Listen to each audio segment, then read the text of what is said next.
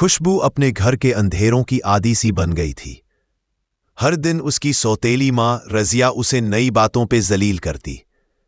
कभी खाने में नमक कम होने का इल्जाम, कभी बाप के सामने इस बात का कहती कि खुशबू जिद्दी है, बिगड़ गई है। बाप चुप रहता, सिर्फ इतना कहता, रजिया बस करो, बच्ची है। लेकिन उसकी आवाज में कभी कोई असर नहीं होता। उस दर्द से भागकर खुशबू कॉलेज जाती, मगर वहां भी उसका दिल हल्का नहीं होता। वापस आती तो गली के कोने पर एक फकीर बैठा मिलता। जब यह सिलसिला शुरू हुआ तो पहले दिन उसने सोचा ये तो बस एक आम फकीर है। दूसरे दिन भी उसने नजरअंदाज कर दिया। तीसरे दिन उसका दिल थोड़ा हिल गया, क्योंकि फकीर उसी जगह उसी अंदाज में बैठा था जैसे उसी का इंतजार कर रहा हो। उसकी आंखों की गहराई ऐसी थी जैसे उसके अंदर पड़ रही हो। दिन ब दिन ये सिलसिला बढ़ता गया। खुशबू को लगने लगा फकीर की निगाहें उसका पीछा करती है। और फिर एक दिन वो वाकया हुआ जिसने उसकी जिंदगी को एक नया मोड़ दिया। एक दिन खुशबू सड़क पर बेध्यानी में जा रही थी। तेज रफ्तार गाड़ी सीधा उसकी तरफ आ रही थी। खुशबू ने डरते हुए आंखें बंद कर ली थी, लेकिन उस पल एक मजबूत हाथ ने उसे पीछे खींच लिया। सांस फूली हुई, धड़कन तेज। खुशबू ने पलटकर देखा। फकीर उसके सामने था। उसकी निगाहें जल रही थी और एक हल्की मुस्कान उसके चेहरे पे थी। कुछ कहना चाहा खुशबू ने, लेकिन जबान से लफ्ज ना निकले। फकीर बस उसे देखकर चला गया। उस रात खुशबू ने अपने कमरे के अंधेरों में पहली बार सुकून महसूस किया। जहां हर दिन उसे लगता था वो अकेली है, उस दिन लगा कोई उसका सहारा बन गया है। अगले कुछ हफ्तों में फकीर बार बार उसकी जिंदगी में नजर आया। एक बार जब वो अपना असाइनमेंट जर्नल घर भूल गई थी, तो कॉलेज के गेट पर वही फकीर उसे मिल गया। उसके हाथ में उसका जर्नल था। खुशबू का दिल घबरा गया। ये आपके पास कैसे? उसने पूछा। फकीर ने बस हल्का सा मुस्कुराया और कहा, ये आप रास्ते में गिराकर आ गई थी। मैंने सोचा जरूरत होगी इसलिए ले आया। और फिर गायब हो गया। खुशबू ने ये बात अपनी सबसे करीबी दोस्त ऐमन को बताई। कैंटीन में बैठी उसने धीरे से कहा, ऐमन, मुझे लगता है कोई हमेशा मेरे साथ है। एक फकीर। मैं गिरती हूं तो बचा लेता है, मैं भूल जाती हूं तो लौटा देता है। ऐमन हंस पड़ी। खुशबू, तू बहुत फिल्मी सोचती है।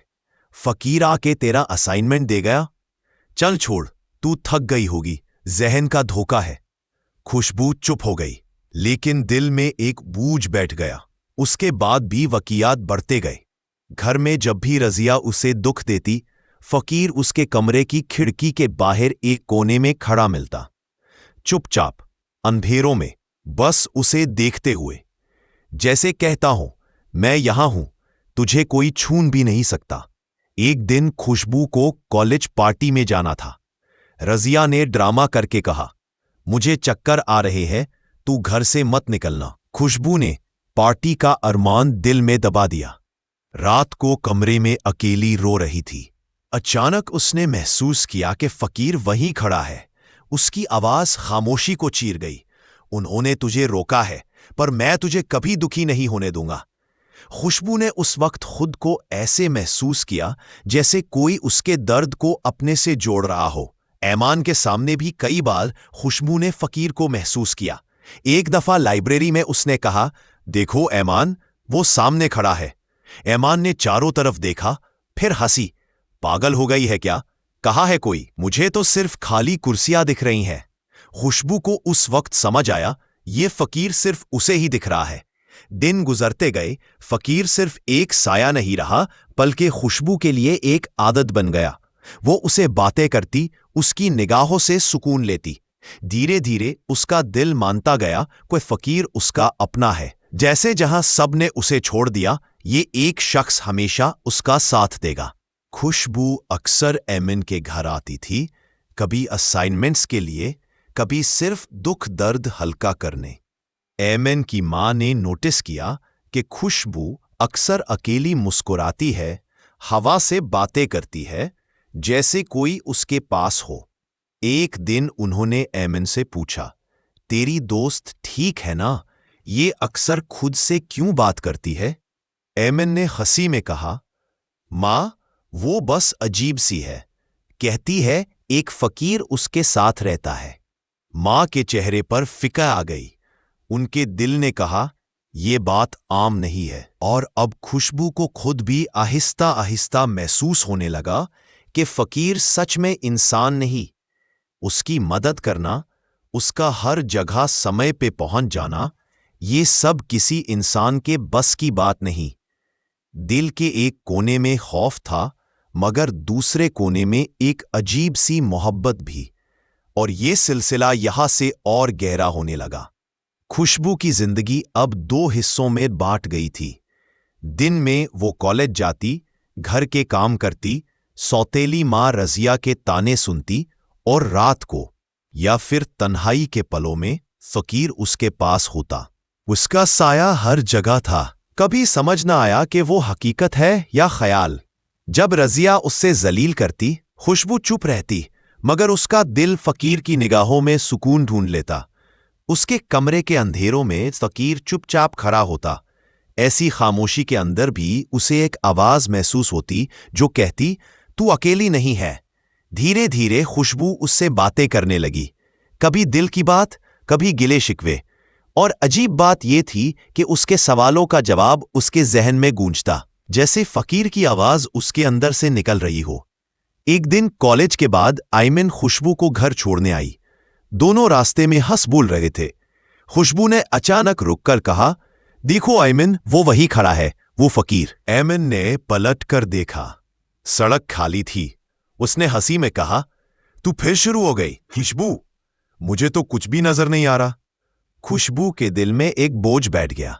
अब उसे यकीन होने लगा कि ये फकीर सिर्फ उसको ही दिखाई देता है। दिन बढ़ते गए। खुशबू और फकीर के बीच का रिश्ता और गहरा होता गया। फकीर उसका हमसफर बन गया, उसका असरा। एमन को यह सब अजीब लगने लगा। हर दिन खुशबू फकीर का जिक्र करती। एमन ने एक दफा अपनी मां शगुफ्ता से कहा, मां, खुशबू पागल सी होती जा रही है। दिन रात कहती है कोई फकीर उसके साथ है। शगुफ्ता ने चुपचाप खुशबू का बर्ताव देखा। जब भी वो आती, खुद से मुस्कुराती, हवा में जैसे किसी को देखकर बात करती। शगुफ्ता के दिल में शुबा पैदा हुआ। एक दिन शगुफ्ता ने एमन से कहा, यह आम बात नहीं है, इस लड़की के साथ कुछ और हो रहा है। तुम्हारी दोस्त किसी इंसान के साथ नहीं, किसी और के साये के साथ है। एमन घबरा गई। अम्मी, आप क्या कह रही हो? वो फकीर? शगुफ्ता ने गहरी सांस ली और कहा, जिनका साया लगता है, इस बात को मैं हवा में नहीं उड़ा सकती। अगले दिन शगुफ्ता ने खुशबू की सौतेली मां रजिया को कॉल किया और सब बताया। लेकिन रजिया ने यकीन नहीं किया और हंसकर कह दिया, ये सब फजूल बातें हैं, हम इन बातों को नहीं मानते। खुशबू किसी जिन से कम है क्या? और कॉल काट दी।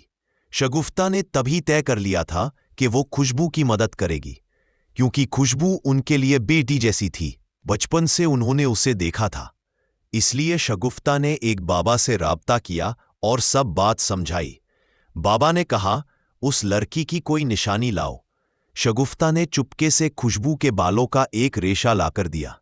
बाबा ने उस पर तिलावत की, फिर गहरी नजर डालकर कहा, यह लड़की एक जिन के कब्जे में है।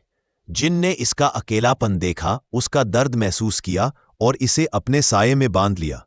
ये लड़की समझती है कि जिन उसका दोस्त है, मगर असल में वो अपना हक जमाता जा रहा है। शगुफ्ता घबरा गई। क्या वो इसे ले जाएगा? बाबा ने सख्त आवाज में कहा, अगर वक्त पे ना रोका गया तो हां, जिन उसे अपना बना लेगा और फिर दुनिया का कोई रिश्ता इसे नहीं तोड़ पाएगा। अब रास्ते दो थे, या तो खुशबू को हकीकत बताया जाए या चुपके से उसे बचाने की कोशिश की जाए। शगुफ्ता ने फैसला कर लिया, वो खुशबू को किसी भी तरह बाबा के पास ले जाएंगी। लेकिन खुशबू अब फकीर के साये में इतनी डूब गई थी कि उसे अलग करना आसान नहीं था। उसने खुद को उस फकीर जिन की मोहब्बत का कैदी बना लिया था। उसके लिए फकीर सिर्फ एक जिन नहीं, एक हमसफर बन चुका था। दूसरी तरफ एमन की मां शगुफ्ता अपना फैसला कर चुकी थी। उसने खुशबू को बचाने के लिए बाबा के पास लेकर जाना था। एक सुबह जब खुशबू ऐमन के घर आई, शगुफ्ता ने उसे प्यार से बोला, बेटा तुम थकी थकी सी लग रही हो, चलो मेरे साथ, मैं तुम्हें एक बुजुर्ग के पास ले चलती हूं। वो दुआ देंगे, तुम्हें सुकून मिलेगा। खुशबू पहले तो घबरा गई। उसके ज़हन में फकीर की बातें गूंज रही थी। लोग तुझे मुझसे दूर करने की कोशिश करेंगे, तू उनकी बात ना मानना। मैं तेरा असरा हूं, तेरा दोस्त हूं। मगर आइमन के जोर देने पर खुशबू मान गई और शगुफ्ता खुशबू को बाबा के डेरे ले गई। बाबा सफेद कपड़ों में बैठे थे, चेहरे पे नूर, आंखों में गहरा सुकून। उन्होंने खुशबू को देखा और फिर आंखें बंद करके कुछ तिलावत शुरू की। खुशबू की रूह कांप गई। उसने अपने सीने में एक बोझ महसूस किया। उसके होंठों से अजीब सा लफ्ज निकला, मैं इसे नहीं छोड़ूंगा। आवाज मर्दाना थी, ना खुशबू की थी ना इंसान की। शगुफ्ता और आइमन के होश उड़ गए। खुशबू की आंखें काली पड़ गई थीं, जैसे अंदर से एक और शख्स झांक रहा हो। बाबा ने जोर से आवाज लगाई, कौन है तू? क्यों इस लड़की का पीछा कर रहा है? उस आवाज ने गरज कर कहा, ये मेरी है। मैंने इसका दर्द देखा है, इसका अकेलापन महसूस किया है। मैं इसे छोड़कर नहीं जाऊंगा। बाबा ने तिलावत और तेज कर दी। कमरा लरज उठा। खुशबू चीखने लगी, कभी उसकी अपनी आवाज में, कभी उस मर्दानी आवाज में। ऐमिन रोकर कहने लगी, अम्मी ये क्या हो रहा है? ये तो खुशबू नहीं है। बाबा ने तस्बीह उठाई और खुशबू पर दम किया, फिर खुशबू के सर पर रखी। जिन, अगर तू हक पर है तो जा, वरना मैं तुझे जला दूंगा। खुशबू का जिस्म कपकपाने लगा। उसके होठों से निकलने लगा, मैं नहीं जाऊंगा, मैं उसका असरा हूं, मैं उसकी मोहब्बत हूं। बाबा ने पढ़ाई तेज कर दी। खुशबू जोर जोर से चीखने लगी और अचानक खुशबू की आवाज खामोश हो गई और वो बेहोश होकर गिर गई। सब खामोशी में डूब गए। बाबा ने गहरी सांस ली और कहा, लंबी जांग होगी। ये जिन बहुत मजबूत है। उसने इस लड़की के दिल को अपने जज्बात से बांध लिया है। शगुफ्ता ने पूछा, क्या खुशबू को बचाना मुमकिन है? बाबा ने कहा, हर चीज मुमकिन है, लेकिन ये लड़की खुद लड़ने को तैयार हो, वरना कोई भी दुआ असर नहीं करेगी। बाबा ने सख्ती से कहा, अभी के लिए ये तावीज दूंगा जो इस जिन को, इस लड़की को नुकसान पहुंचाने से रोकेगा। ये उसको कैद नहीं करेगा, सिर्फ हिफाजत देगा जब तक खुशबू खुद तैयार ना हो जाए अपनी रूह की जंग लड़ने के लिए। शगुफ्ता ने खुशबू के गले में तावीज डाल दिया। उस रात घर लौटकर सब कुछ वैसा नहीं था जैसे पहले।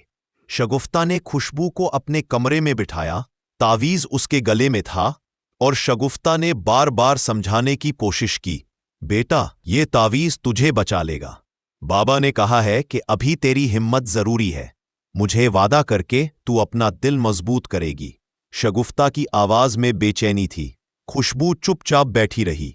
उसके दिल में अजीब सी उलझन थी, जिनका साथ एक अजीब सुकून देता था, जैसे अंधेरों में एक रोशनी। लेकिन अब वो जानती थी कि सब उससे बचाने की कोशिश कर रहे हैं और शायद ये सही भी है। खुशबू अब अजीब कश्मकश में थी। एक तरफ था वो जिन जिसने उसकी तन्हाई को दूर किया और एक तरफ वो सूच जिससे वो भाग नहीं सकती। उसके जहन में बार बार शगुफ्ता की बातें घूम रही थीं और साथ ही जिन का ख्याल। खुशबू फिर आइमन के घर गई। आइमन हंसी मजाक करती रही, लेकिन खुशबू चुप सी थी। शगुफ्ता ने इस बार और गहरा ध्यान दिया। उसने आइमन को कमरे से बाहर भेजा और खुशबू के पास आके बैठी। बेटा मुझे सच सच बता, क्या तुझे कोई चीज परेशान कर रही है? खुशबू के होंठों पर लफ्ज रुक गए। उसने सर झुका लिया। क्या मैं सच बोल दूं? क्या सब खत्म हो जाएगा? वो बस इतना बोल सकी, खाला कुछ बातें ऐसी होती हैं जो सबको समझ नहीं आती। शगुफ्ता ने उसके सर पर हाथ रखा। बेटा समझने की जरूरत नहीं, सिर्फ सुनने की जरूरत होती है। जब तू चाहे मुझे बता देना। बहुत मुश्किल से खुशबू ने फैसला किया वो खुद को आजाद कर लेगी, क्योंकि जिन की और इंसान की दुनिया एक नहीं हो सकती। उसको शगुफ्ता की बातें समझ आ रही थी। एक दिन उसने रात में कमरे में बैठकर दिल से जिन को याद किया। तावीज की वजह से वो पूरा तो खुशबू के सामने ना आ सका, लेकिन एक साया आया। खुशबू ने कहा, तुमने मेरी तनाही दूर की, मेरा साथ दिया, लेकिन हमारी दुनिया अलग है, हमें अलग होना होगा। पहले तो साया खामोश रहा, फिर बस इतना बोला, मैं तुझे खुद से अलग नहीं होने दूंगा, चाहे दुनिया कुछ भी कह दे। और फिर वो साया गायब हो गया। अगले दिन आइम और उसकी मां खुशबू को फिर बाबा के पास ले गई। बाबा ने कमरे के कोने में रोशन दिया रखा था और कुरानी तिलावत की हल्की लहर चली। उनकी आवाज ने हर लफ्ज को वाज़ेह किया। तैयार है तू? खुशबू ने थोड़ा सा सिर झुकाकर अपना हाथ अपने सीने पर रख लिया और दर्द भरी आवाज में बोली, हां बाबा, मैं तैयार हूं।